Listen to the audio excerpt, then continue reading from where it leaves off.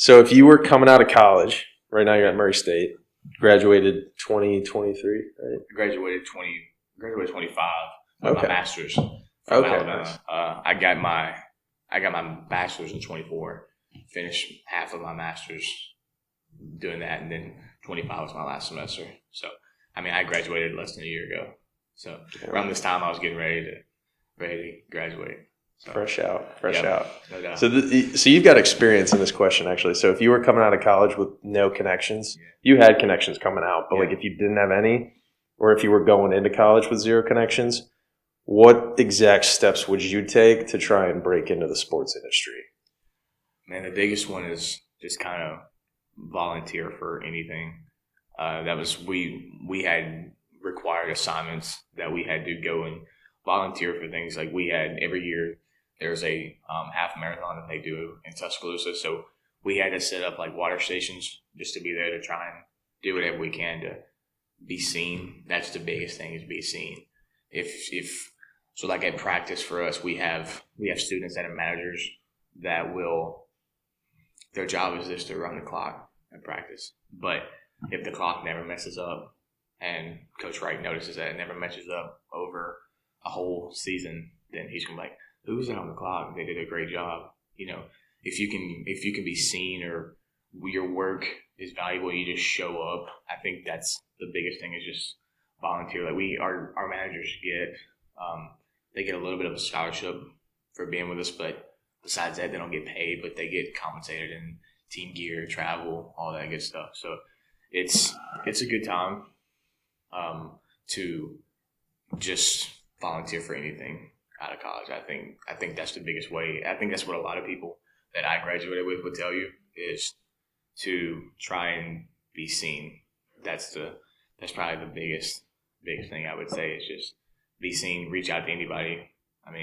If you want a cold email, if you can find their phone number, I'd say go for it, just because, they may not know who it is, but at least you tried, right? And multiple emails is good, like just checking in over time.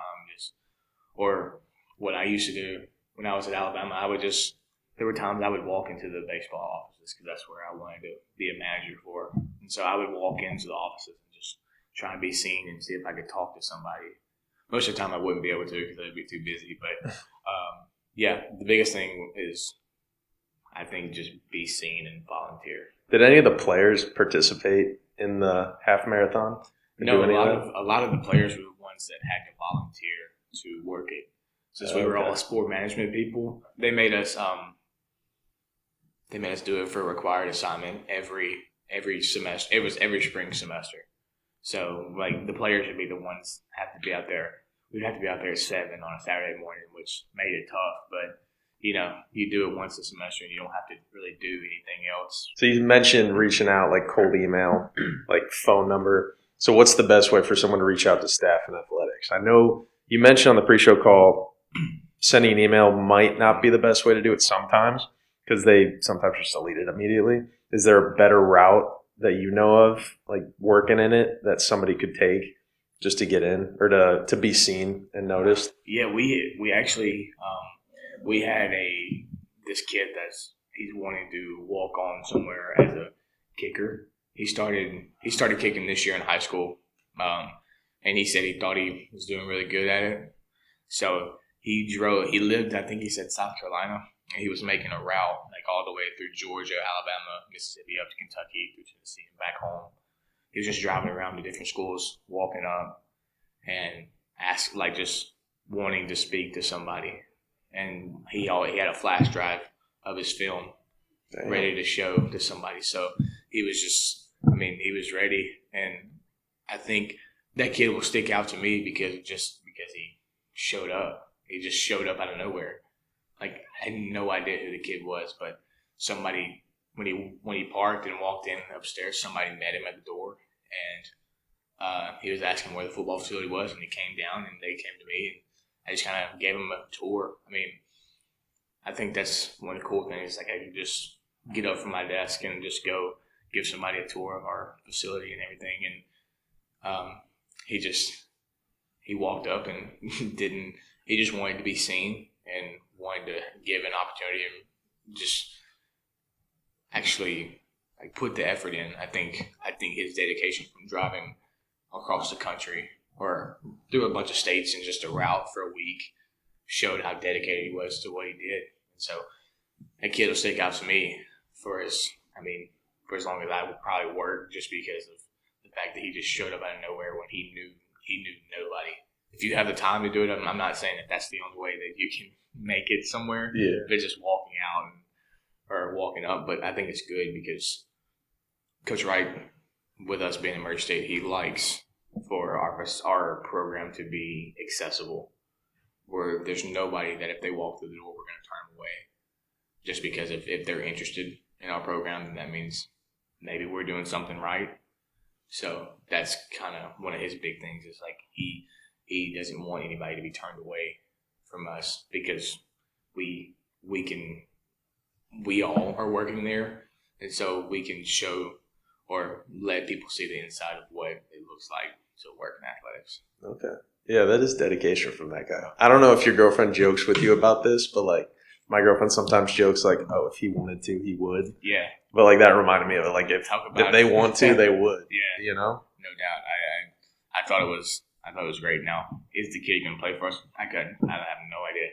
They gave the film to us to our special teams coordinator and went from there. But he said he was stopping. I think he said he had this like that we were school number 10 for him on his way through. He was just driving around with nothing else to do. High school senior. They were on some sort of break and just decided to spend his break from school driving around. So, I'm a big proponent of like you got to start small and work your way up. Yeah. But if let's say somebody's like at a big time school or they graduated already and they're looking to get into sports, maybe at some of the big time programs or big time organizations, is there anything that they could do in that spot? Because it might be a lot harder to kind of just show up and be like, hey, yeah, you want to like interview me or something like that. But is there anything that they could do when reaching out or like cold email, something like that to kind of get attention? Or like, do they have to know somebody to get like an in, try to connect with somebody else? Yeah, the knowing someone is the biggest thing in athletics, in my opinion. I wouldn't have my job if my dad didn't know Coach Wright's uncle. Like, it's just the connections like that you build across.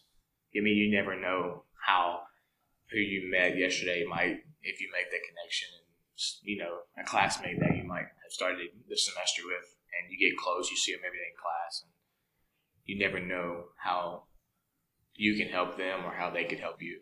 So I think that's why the biggest thing is definitely who you know. It's hard to stand out sometimes when you're over an email or something like that, just because you don't know if they're gonna, like I said, they may not even look at it. So it's hard to stand out. That's why I think the volunteering part is so important, because the more you put on your resume, the more you will probably stand out.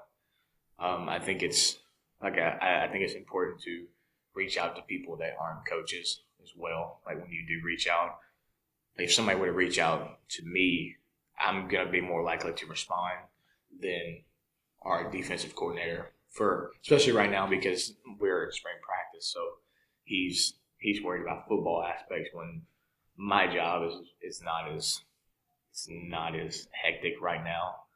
So that's one of the things I did. I didn't really reach out to coaches just because I felt like I would have a better opportunity to not reach out to them because they're busy. And I never wanted to seem like I was bothering them, because if you email them and they're having a bad day and they see your name pop up, and then you pop up later on, they're like, oh, okay, that's the guy that emailed me when we're on a 6-game losing streak. Yeah. Just so it's I definitely think it's important to know people. That's the biggest in sports is strictly about who you know, in my opinion.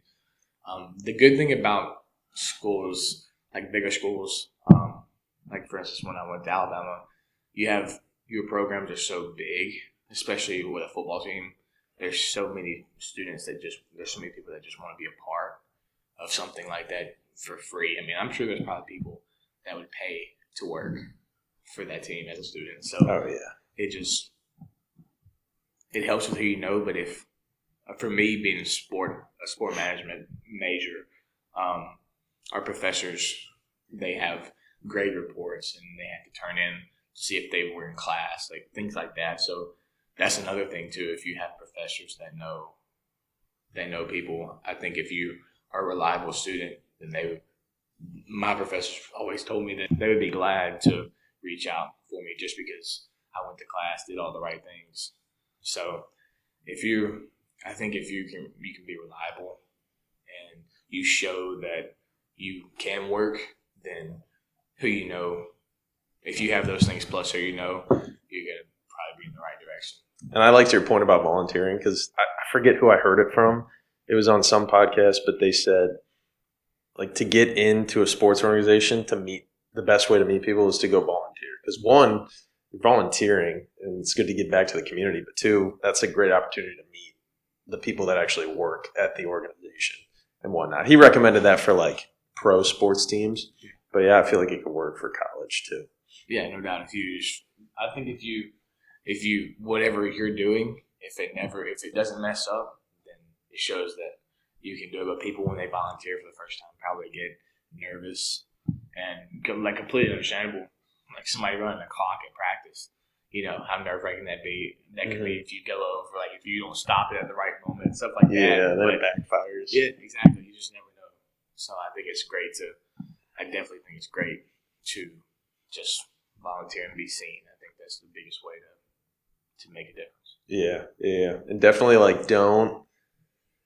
don't make it your intent to get hired or get an interview when you're talking to them too. I feel like just making a connection and talking to the people is the best way to go about it. Because, I mean, it's a volunteer event. You don't want to be like, bring your resume. And I feel like that's a bad look. But like you were saying, just like build the connection, meet people, get that recommendation. And you mentioned Alabama. I mean, elite football program. Right. Saban. I mean, they're still, even after Saban, they're still an elite program. Right. Is there anything you learned going there or something that you would do differently or anything at all that you took away from going to a school like that in terms of sports? I wish that I would have made better connections with my classmates. I made good connections, but I wasn't as active in doing them. Unfortunately, I didn't get to have that much intern experience because I had to work while I was going to college just to try and make a little money. And a lot of the time, internships don't always pay, or they're so time consuming that you're not able to do anything else. So I definitely wish I would have made better connections and had the opportunities to intern.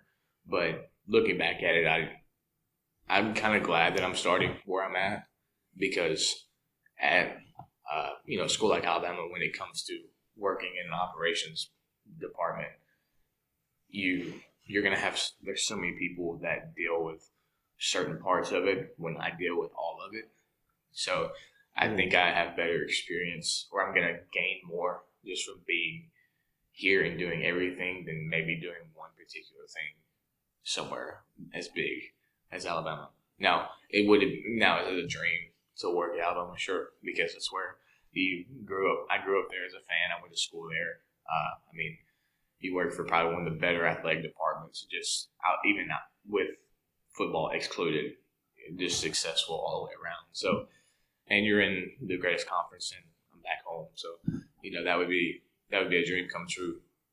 So I think I definitely wish that I could have, like I said, done more and got to know my classmates better. But I wish also that I would have kind of put myself out there more, just because with the inability to intern so much, I still tried to be seen as much as I could, just be around, like going to baseball practices or whatever, just trying to be like, maybe they look in the stand and see you there multiple times a week.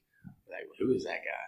And then if I can walk into the offices like I would before, just, okay, well, this guy actually cares, or he's here all the time. So I wish I had the opportunity to do more, but also I'm glad that I'm where my feet are.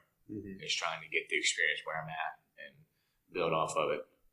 So I would say that I started behind the 8 ball just because of not getting as much experience, but who I knew helped me get to where I'm at. So I think sometimes that's more valuable than experience.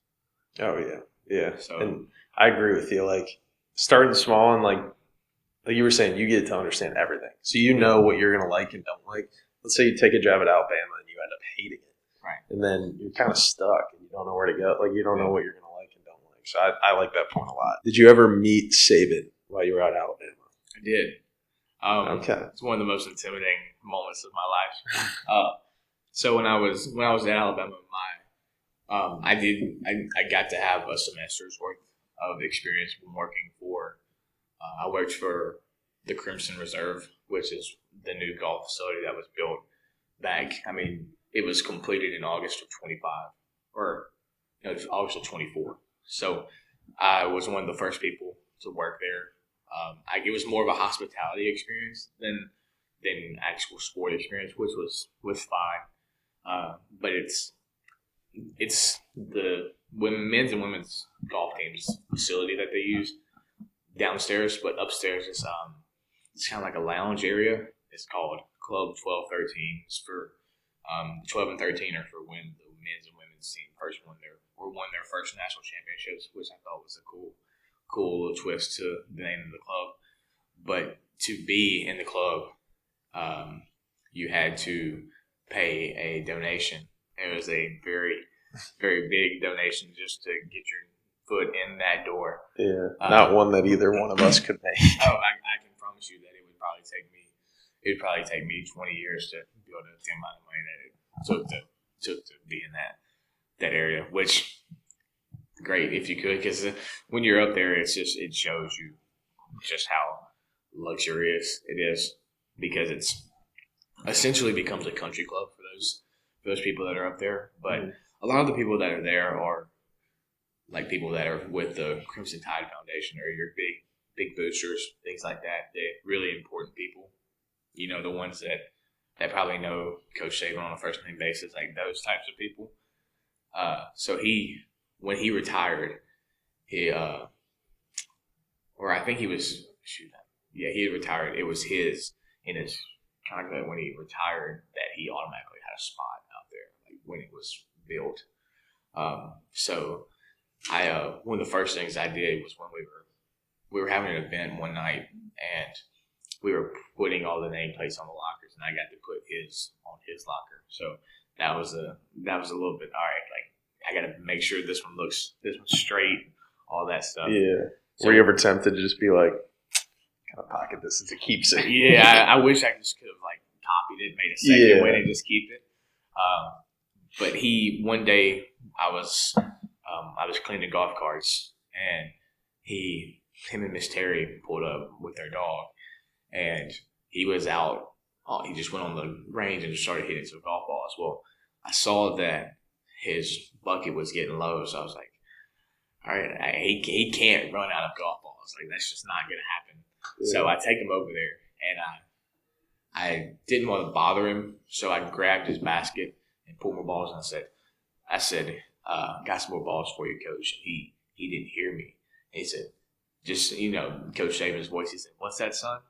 I was like, I just got some more balls for you, Coach. Just wanted to make sure you didn't run out. And he just smiled because he could tell that I was a little bit intimidated.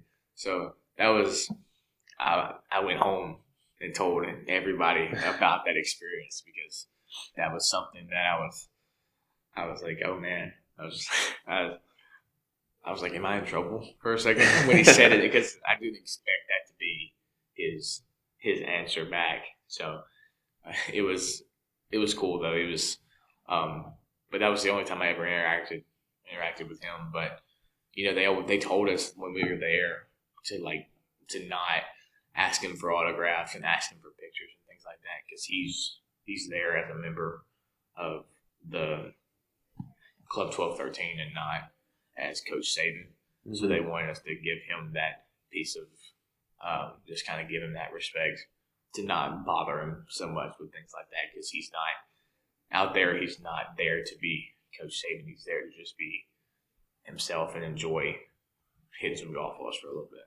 Yeah. So that was really easy for me not to do, because especially after that one interaction, I was like, I'm not gonna bother that man, especially on autograph. I can promise you that. Yeah, I love that you called him coach though. Yeah. Like Absolutely. It's. I mean, it's almost like that's one of the forms of respect down south. At least, like we would have male teachers in high school that weren't coaches, but we still called them coach because like all the other male teachers were coaches. So that was just kind of like a different type of respect that we would put with them, and it's kind of crazy. That's how people were, or that they're recognized by. It's like when I talk about my boss, I call him Coach Wright, or Coach somebody. It's crazy that that's the title that they go by. Yeah. I feel like it's earned. It's earned for sure. Yeah, no doubt. Once you get to that level, for him, I think there's probably only one person in the world that can call him by his first name, and that's his wife. Yeah, so, yeah. You've been around sports your whole life and worked at sports for the last couple of years. What's a big misconception people have about it?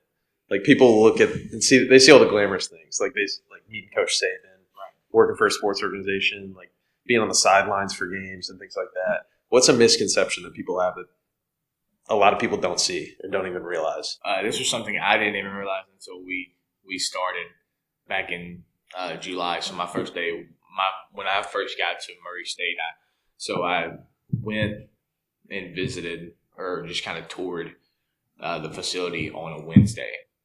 That Friday, Coach Wright offered me. He offered me a spot to say I could just come help as an assistant. And then Sunday I moved up there. So, I mean, that's what, 5 days. 5 days my life just kind of flipped. And then I got up there Sunday. Monday we just kind of went and prepared for Tuesdays when fall camp started. So fall camp for us runs from, it's kind of like it's just a long day. It's like you're probably awake from 6 a.m. to 9 p.m. and sometimes that's when you're getting up to get there for practice. And then, they have a 2-hour practice, but they come back to meet with their position or as a whole offense or defense or whatnot from, say at 1 o'clock. Well, then you might go back out there and walk through some stuff for the next day at 5. So like it's they can only do 4 hours for the day, like, of activity, but as somebody, you're there from 6 to 10, like, and that was 6 days a week. So damn. or it was 5 days a week, Monday through Friday, but like you're there for so long, and you can get worn out, man. It's luckily when I was there, I wasn't in charge of anything. I was just there to help. And the guy that was kind of my boss, he told us, he was like, take advantage of going home around, noon and get a couple hours of sleep because there's nothing we can do right now.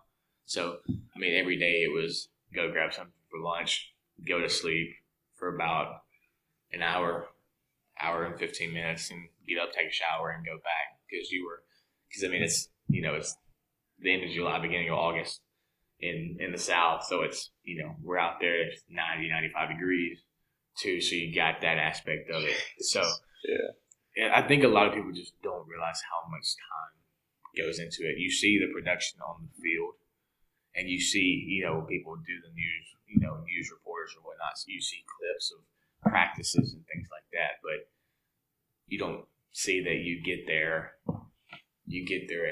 at 8 a.m. to not practice until 5 p.m.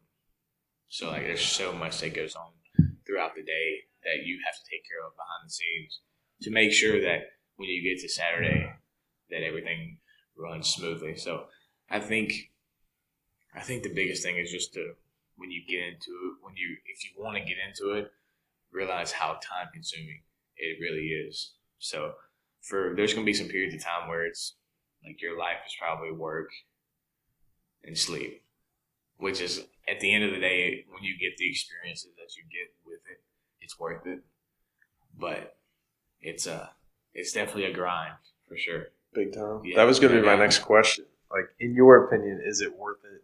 I think when you're doing it, if at the forefront you have where you want to get to, whenever you're at a Wednesday of a fall camp, you're like, this sucks. Like, this is awful. Well, you know that fall camp's only like a 2.5 week period of time, so it's gonna get by. So if you can get through that, then you can get to the part of where it gets better, and like you're not having to do as much. So I think if you love it enough, it's worth it. Just because there's so much more than, like, you're gonna have experiences that you might not ever get to have if you don't work there. Like, well, I know we talked about one of my things on my bucket list is to go to every state at some point. And I mean, I went to, besides a football game, I can't tell you why I would go to South Dakota. Like, there's nothing, like, and no offense to anybody from South Dakota, but I'm from Alabama, so going to South Dakota is it's a long way away. So besides being there for a football game, I don't really know how I would have gotten there. So I went to. I'm the same way. Yeah, I went to so many new places this year, just with a team. So it's rewarding in the sense of there are experiences and things you get to have and memories that you'll have forever. Like thinking about what happened when you were at this place, but why were you there? Because of sports. So it's just if you have the goal of where you want to be one day at the forefront of it, it'll be worth it to you.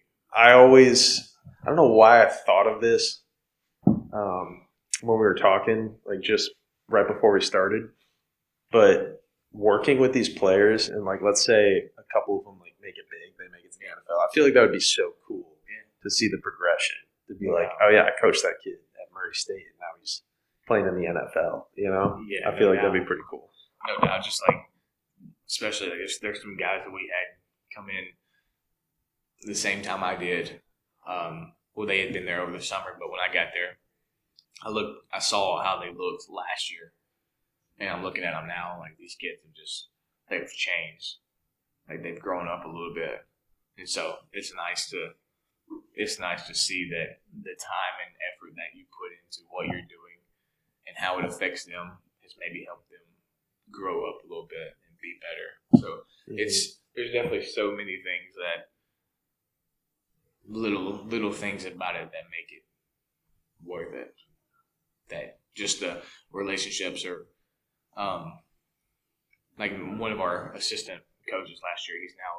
He's now coaching his own position at another school. But we talked the other night for 45 minutes just about memories we had from just for together for 4 months because of sports. So like you meet some of your best friends, you meet so many people that you can connect with, and you may not see them again for a few years when you're down the road.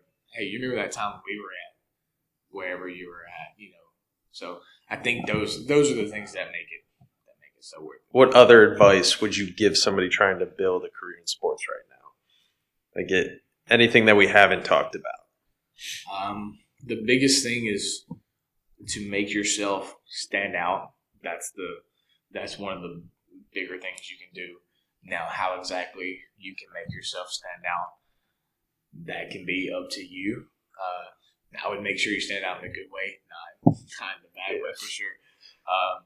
But it's a cutthroat business, and there's so many people that will do whatever it takes for them to get the spot that they want. If that means making a friend, but that they work with, if they're in that position, but stabbing them in the back to try and get where they want to go. Like it is cutthroat because people want to get where they want to get. And if somebody has what you want and you want it bad enough, then you might do whatever it takes to get it. So if you can find a way to make yourself stand out, that's what I would say do. Those things that I've mentioned before, as far as like reaching out and just showing up and volunteering and being seen. Those are the things that you may not get rewarded for at first, But if you keep doing that, eventually you're probably going to meet somebody that can help you get to where you want to go. But also, like, you never know how the person you meet outside of an athletic environment can help you. So it's just, I think if you are a hard worker and show up for things outside of athletics and just, do those things and then show up in an athletic sense too, I think it's just always find a way to stand out and just be able to remember what you want and be cognizant of that when you are just going about everyday life. You never know. Like, I always make sure when I go out, I even go to the grocery store, I just make sure I look presentable, because you never know who you're going to run into. That's one of my biggest things is, like, sometimes I overthink it. I'm like, all right, I need to make sure that it don't look like I just rolled out of bed, because I don't know who I'm going to see in Walmart. Like, I saw the university president in Walmart one day just when I went in. So, like, and we, shook hands, and it was like good to see you because he's come out to practice and things like that. So, but if I would have looked not so presentable, which presentable for a guy, I feel like it's fairly easy. If your hair is not great one day, just throw a cap on and go about it. But Right. He may not want to be seen with me if I would have looked like a slob or something. Those are the things that I think about. Yeah, I love that, especially with Coach Saban. Like, if you would have saw Coach, I would hate for Coach Saban to see me when I'm not at my best. No doubt. Like, oh man. Yeah, if I would have, if it would have been a bad hair day or something, and I didn't throw a cap on, which thankfully is a golf facility, so we can wear caps. So, if I would have been dressed in just gym shorts and a t-shirt out there working, I mean, he was out there in polo and khakis, just like he always is. So, sometimes you gotta make sure that you look the part. That's sometimes the biggest part of it. Totally off topic, but I love when coaches wear suits in basketball on the sidelines. Yeah. I'm a Michigan State guy, so like Coach Izzo, when he breaks out the suit, which he only does when we reach the Final Four, which we haven't done in years, but I hope this year, because especially Tom Izzo in a suit, it's just, it looks good. It's almost like they know who's leading, and you're it's almost like an authoritative look, which I get. That's what, Nate Oates, as an Alabama fan, he wears one every game, so when he walks on the floor who he is. Back to what you were saying about differentiating yourself and whatnot, I feel like it's in the spots that people least expect. And I love the story that you told. Like, you were just posting something on Twitter, like just talking about the Alabama baseball team. Yeah. And that coach ended up following you. And that's a connection that could potentially lead to an opportunity. You know? This was obviously when I'm still in college, I was wanting to work in sports. I didn't know how. I grew up going to baseball games there with my grandfather. So that was kind of the first team that I really just and the first thing I just enjoyed the most at Alabama was baseball, because that's where we had our memories at. And I always wanted to help while I was in college, but I never got an opportunity to, because it took me a little bit to know people. And once you get in there, once you kind of reach your limit, it's hard to find just more spots for people, especially when they don't know you that well. So I think I've seen where somebody mentioned something about Coach Saban and Coach Oates, and I said, well, now it's time for baseball to get going. And I think I tagged Rob Vaughn, and I said, I think it's going to be a great time I think he's the guy that can do it. Well, he saw that I tagged him, and then 30 minutes later, he followed me, and I was like, okay, that's probably one of the coolest things that's ever, that's happened to me before. And so, I even went as far as on opening day that his first season, I was just like, good luck today, coach. Roll Tide or something like that. That's all it took. And, so me doing that, he remembered who I was. So me and my buddy went down to Auburn when they played down there 2 years ago. And it was the last series of the weekend, so it was a Thursday, Friday, Saturday. And that Saturday night, or Saturday during the day, it had rained, and there was a rain delay, so the game got pushed. Like, I think it was like the 7th inning, something like that. Well, they had to stop it. Well, the game didn't start back till like 8 o'clock, 9 o'clock. So not many people were left at the stadium. Me and my friend, we left, and then we came back. And he's an Auburn fan and graduate, by the way. So it was this moment was pretty cool for me. I guess not for him, but we ended up winning that game. And I was standing when we went back. We snuck our way down into the club seats, which were right by the. So if I'm sitting right here, probably right here is the netting, and it's like an open part of the netting. Alabama's dugouts right there. So I was just talking to Coach Saban like during the game, or before the game restarted. After the game, after the last out, he got the ball, and then when he was bringing it back to the dugout, he just tossed it to me. He said, "Thanks for being here." Oh, heck yeah! Like that's it's just stuff like that. Like if I wouldn't have if I probably wouldn't have made that, posted that or whatnot. Who knows if that would have ever happened?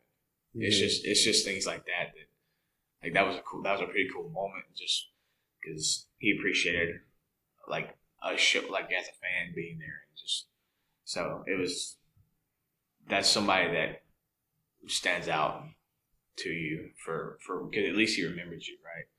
So that was a pretty cool experience. Oh yeah, that's always a cool feeling. Yeah, I feel like it's not very common that people get to interact with head coaches like that. Mm-hmm. And the thing is, sometimes I catch myself doing it too. Now it's thinking back, like how big of a figure Coach Saban is, like just how. And I try to remember that he's just a human, just like we all are. So, but then again, it's hey coach, or coach this, coach that. It's like they're known by coach. So it's just it's crazy. This is what I was talking with somebody the other day, just how big people in sports are, like especially coaches, how big of a figure they are, and it blows my mind sometimes, like how. Like that's how we know these people, instead of just like you're Ben, I'm Jacob, he's Coach Saban. Mm-hmm. Like that's how he's made his reputation. We treat him like royalty almost, which is but when you're the greatest at something, it's hard for people not to I don't want to say worship, but that feel that way about you. Yeah, I wouldn't be surprised if some people in Alabama had a shrine of Nick Saban. Yeah, big time. I know there was a joke going around one time that people were writing him in the ballot for governor for the state of Alabama. So honestly, I might vote for him. Yeah, how big of a figure people are. Wow, it's crazy. Yeah, but it's also it's deserved.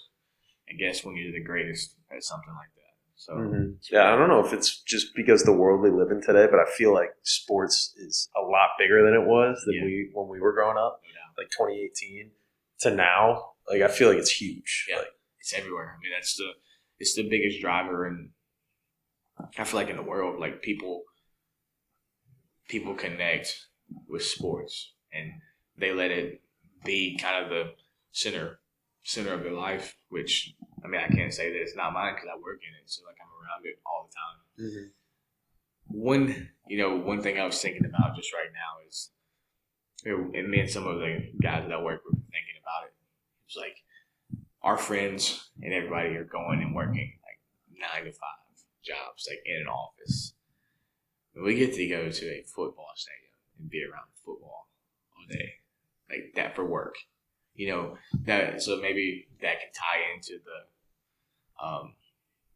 just what it's like to work in sports. It's like, yeah, some of the stuff you do at the stadium can be like stressful or time consuming or whatnot, but at the end of the day, you're going to be around a game all day. That it's not real work. It feels like it's you get to be around a game with a bunch of people that also love a game, and you're just there having a good time. Mm-hmm. So taking care of people that play a game, it's just all centered around a game that means so much to people. So that's one of the things I try to think about whenever like work seems stressful. It's like, I mean, I could be somewhere sitting behind a desk in a cubicle where I'm just a number. But people here know me and they know I'm going to help them. Because, like, I mean, I get messages on, we use this app called Teamworks to help, like, put schedules and stuff. Like, people are, if something's wrong with whatever, they know that I can try and fix it. So, if I don't know how to fix it, I know somebody else that probably can fix it. So, let me try and get your problem fixed. Like, man, life could be, when life gets rough or work gets rough, I just try to remember, hey, I work for a game. Like, my work is centered around a game, which is easy to kind of just collect yourself and remember that it's not that big, which is really cool. Like, getting to go be around a game that you watch growing up for work every day. Yeah, coolest job in the world. Yeah, absolutely. My opinion. I mean, you think about the big schools, dude. Like, even right here, the Nashville Sound. Right. Like, people pay so much money for like dugout seats, sideline seats, courtside, and people working in sports get that for free, like all the time. It's absolutely. I think it's the coolest industry ever. It is. It's awesome. It's just you never know what you're gonna get into by doing it, which is also fun because it's something new every day. I mean, it's something new. It seems like every day with us. What else goes on behind the scenes during the football season that most people don't see? I know you mentioned like police escorts and like you already mentioned the 6 a.m. to 9 p.m. days. Yeah. Is there anything out like one other thing that comes to mind when you think of what goes on behind the scenes that people don't see? It's just a lot of things that you might not think about. Just how can this kid? I'm trying to think of something that. How do we make sure that people don't know that this kid is injured? Like, how like you never know if you see that come throughout the news. It's like, is this guy gonna play today or not? Like the other team scouting. Yeah, you don't want them. I know. We know. Like, you typically know by Wednesday or not if somebody's gonna be able to play or not, but you don't say it because you don't want people to know. So like, we'll sit there in staff meetings, and they'll talk about it, and you're like, well, I'm not, I'm going to sit on this information until Saturday, or. So you're telling me the NFL organizations are just toying with my fantasy team? I definitely don't think that. Well, I bet they probably are. No doubt. Probably a little bit, yeah. Yeah, but like for us, that never really happened. But that happened to us a couple of times. This past year, it's like we didn't know somebody wasn't playing until we got there that day. So, but yeah, it's just things like that, like that you don't see or think about. Just making sure that everything goes smooth from Monday when you get there to like just even little things like making sure that I packed everything. Because like we had a manager forget to pack like clothes one game.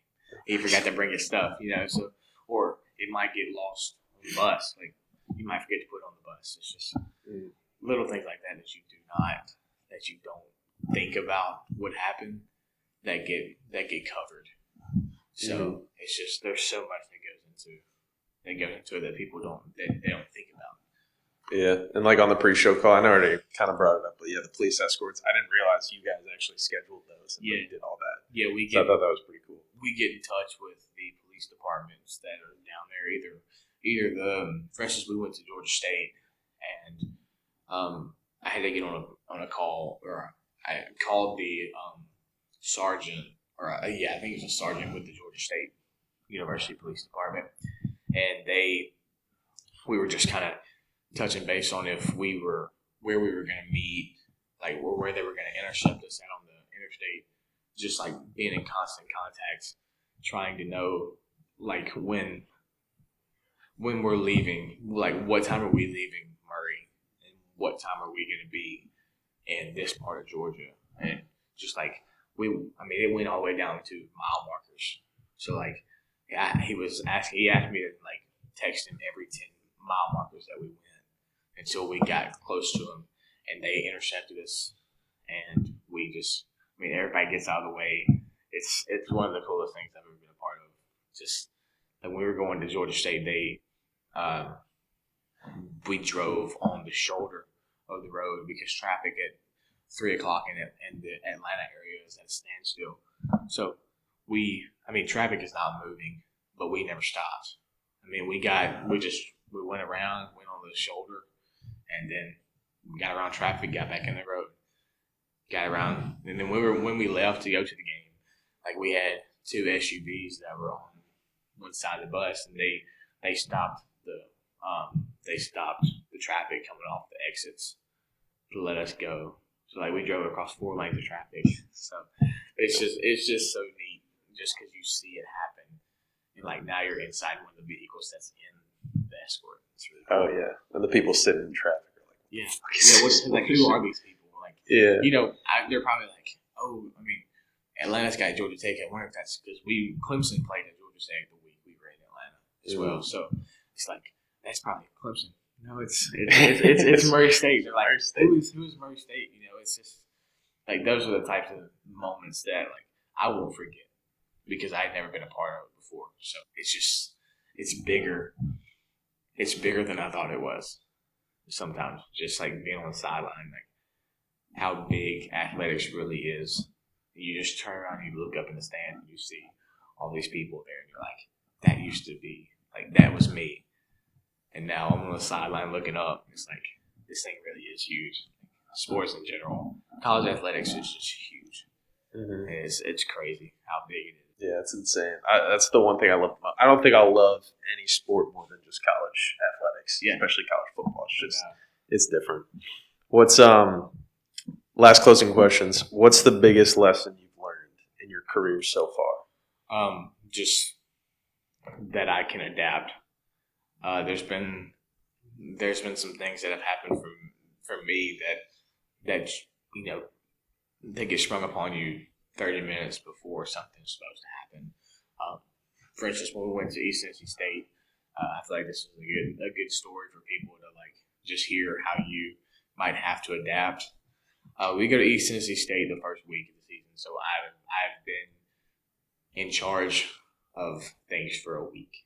I've only been doing this job for a week because the boss that I had left, and now I had to step in when I had no idea what I was doing. So we took 4 buses because it was a 6-hour trip, and we get to East Tennessee State, the hotel, and everything's great. Well, so the first thing that messed up on the trip was the bus. So buses 1, 2, and 3, which were all the players, they stopped at Coach Wright loves a Buc-ee's. So we stopped at a Buc-ee's on the way there. It's a crime to not stop at Buc-ee's when you pass by one. Especially when like you've been traveling for so long. We're like probably an hour away from where we need to go. So he's like, we'll stop here for 30 minutes, just like get off, use the restroom, all that stuff. And so they stopped there. Well, my bus went ahead and went to the hotel we were staying at. And we get there, and it just seems like they're taking a long time to get there. Well, the first bus driver, lead driver, took the team to the stadium first, not the hotel, when it clearly on the itinerary said to take them to the hotel. So he took the wrong turn. Well, it's 30 minutes. It's 30 minutes from the exit we got off. I think it was like 15-ish minutes to the stadium. Well, it's another I think it was like 25 back. So it was like around 40 minutes to get from the hotel to the stadium. So they were behind. Well, that pushes meals behind. That pushes meeting times behind. That pushes we have what's called a snack time. Like they get something before they go to bed, like a smoothie or something that we provide for them before they go up to their room and go to sleep. Well, that pushes everything behind. So Friday night, which I'm like, okay, let me just take a second and try to regroup and get everything going. Because again, this is my first game. Like I want everything to go perfect because I want to know that I did everything I was supposed to do. So it didn't go perfect. So I learned everything I was supposed to do, which I'm grateful for. So we get to Saturday, we're an hour before we're supposed to leave, and the belt on bus 4 goes out. So I'm like, all right, this is great. So I call I think he was the senior associate athletic director. He was over operations, like for all of the athletic departments. So I called him and I let him know what was going on. Well, he got on the phone with our third party company that we use for like travel and everything like that. And the bus driver told me that they had called a mechanic and he was on the way. He ended up not getting there before we were supposed to leave. So I had 30 minutes after I went and checked back in with her, and they said he wasn't there. I had 30 minutes to decide how we were going to get all the people from bus 4 onto buses 1, 2, and 3 to get them to the game. And then how were we going to get bus 4? Like, were we going to have to drive all the way back to Murray with 3 buses, or were we going to have a 4th bus? So, like, those were the types of things that we had to think about. So it was stressful. We ended up getting there, and then on our way there, we get on the interstate, and Coach Wright gets a call, and we had left 2 people. You're gonna have Brandon on, right? Yeah. He's one of the people we forgot. So you can ask him. You can ask him about that. But so when I heard that we forgot him or that we left him, I was like, okay, all right, that's great. I love that. So they had to Uber to the stadium, which I felt terrible. Man, I think I apologized to him and Tony for leaving these guys. But so then after the game or during the game, I had just the khaki pants I had on. The thread came loose on the button. So when I went to use the restroom for the game or during halftime, the button on my pants came off. So everything that could possibly go wrong. Yeah, everything that could have went wrong. So I mean, my belt was as tight as it could go. So I was hoping that I was not going to be on the sideline of my pants just fall down on national television. That's what I'm saying. I'm grateful for it though, because I had to learn quick how to adapt and how to just be where my feet are. That's definitely what I've learned about myself, is that I can adapt because I didn't really have a choice but to adapt. All right, last question. So, if you could work at any program in the country, I already have a guess. Yeah, I have a feeling. Yeah, which school would you be a part of and why? I think it would just have to be Alabama. I think so. Just because like I said, it's home, and it's somewhere that I've just been a fan of. Now I could get in there and work, and it'd be like the worst place ever. It's very possible. I doubt it, but it's such an elite place that like it's so business-like, and I want to. Sometimes I wonder what the difference, like how big of a difference is it from how we operate to how they operate. Like how big of a difference is it? I would imagine it's probably pretty big of a difference, just because of how. You can even think about how the budget works for a school like Alabama. I was looking at the fiscal report for this past year, and the whole athletic department, their report was listed. I think the football team they spent $83 million in like just operating budget. That's not even NIL or anything. Just no, I don't know if that's NIL included, but I definitely know it's like. I think it's everything within the building. I think scholarship money was included too on that, but the revenue they brought in was $147 million. So they almost doubled like what they spent in revenue. So that's some serious ROI right there. That $64 million that they brought in helped.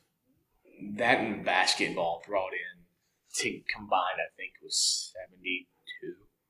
Something like that, 72 million. Wow. It kept the university the athletic department at 30. Yeah, they were operating at $33 million surplus. Like in the other, like every other sport that is there, lost money, but they still ended up $33 million over because of the amount of money that football brought in. So like it's just that just shows you like I think the big difference. Like even with us with being 1-11 the past 2 years, I think either last year or the year before when I wasn't there, we were the only team that brought in revenue. So like it shows you how big football is and the TV deals and how much the media rights and all things like that go into it, ticket sales and things like that. Oh yeah. So I know there would be a really big difference in how things operate, but I think it would be cool to one day be there. But right now I'm glad to be where I'm at and trying to be a part of what I think. I think we're rebuilding this place in Murray State in a great way. I definitely think we're on the way up. Yeah, and Murray State. I mean, even before I visited there, I still knew about it before that. Yeah, I mean, Ja Morant, that helps us a lot. Then last year, the baseball team, making it to the College World Series. Cinderella story. And now probably known for getting no hit by Arkansas in the World Series, but it doesn't take away from. You're a 4 seed in a regional. You make it out of there. Most of the time, you're not probably going to make it past the super regional round, and then you go in and you win game. I think they won game 1, lost game 2, and won game 3, and made it to the World Series. So, we got. And I think Quincy Williams is in the NFL right now. He just signed a contract with the Browns a couple of days ago. So he's kind of our big, notable alumni in the NFL. So we've got pretty good representation across the sports. And then, women's basketball, our women's basketball team, our head coach won Coach of the Year for the Valley. We had the Player of the Year, and then we had the Newcomer of the Year. So, and then won the regular season title. So, I think just the brand of Murray State is we're at a good place just because of the recent success. So, now it's just I think we're excited to hopefully be the next addition to even more success because, we're getting new turf on the field. I think it should be in sometime over the summer. So we'll have it for the start of next year. So it'll be, just projects like that, money is getting invested into us. So I'm just excited to see where we go and how much success we can bring. Because, I think we're at a great place. I didn't even know that you guys got no hit by Arkansas until just now. So if it makes you feel any better, I didn't know. Yeah, guy from Arkansas, he definitely shut him down pretty good. But Omaha's a big place to play anyway. So that's how I knew. Or I knew Murray State from Ja Morant being there first, and then last year making the World Series. So, and it was funny because one thing I remember too is Coach Wright's first game at Murray State was against Missouri on a Thursday night, and he opened up with an onside kick to start the You're kidding. First game of the year, like of all of college football, he starts with an onside kick. He's like, we've got to try and get the ball somehow. We almost recovered it, and I think they said the kicker got absolutely rocked. So when he tried to recover it, but it was cool because like I remember being in my apartment with my buddy at the time in college, and I had watched it and I was like, because they were talking about Coach Wright and where he was at and where he was from and everything. I'm like, okay, and then watch the onside kick happen, and it's like, well, that's the way to start your head coaching career. Oh, big time! Against an SEC school. First play you call was an onside kick. So we were joking about last year, our first staff meeting before the game. He was like, I'm not going to call onside kick this year, but it was a good time. Thanks so much for coming on.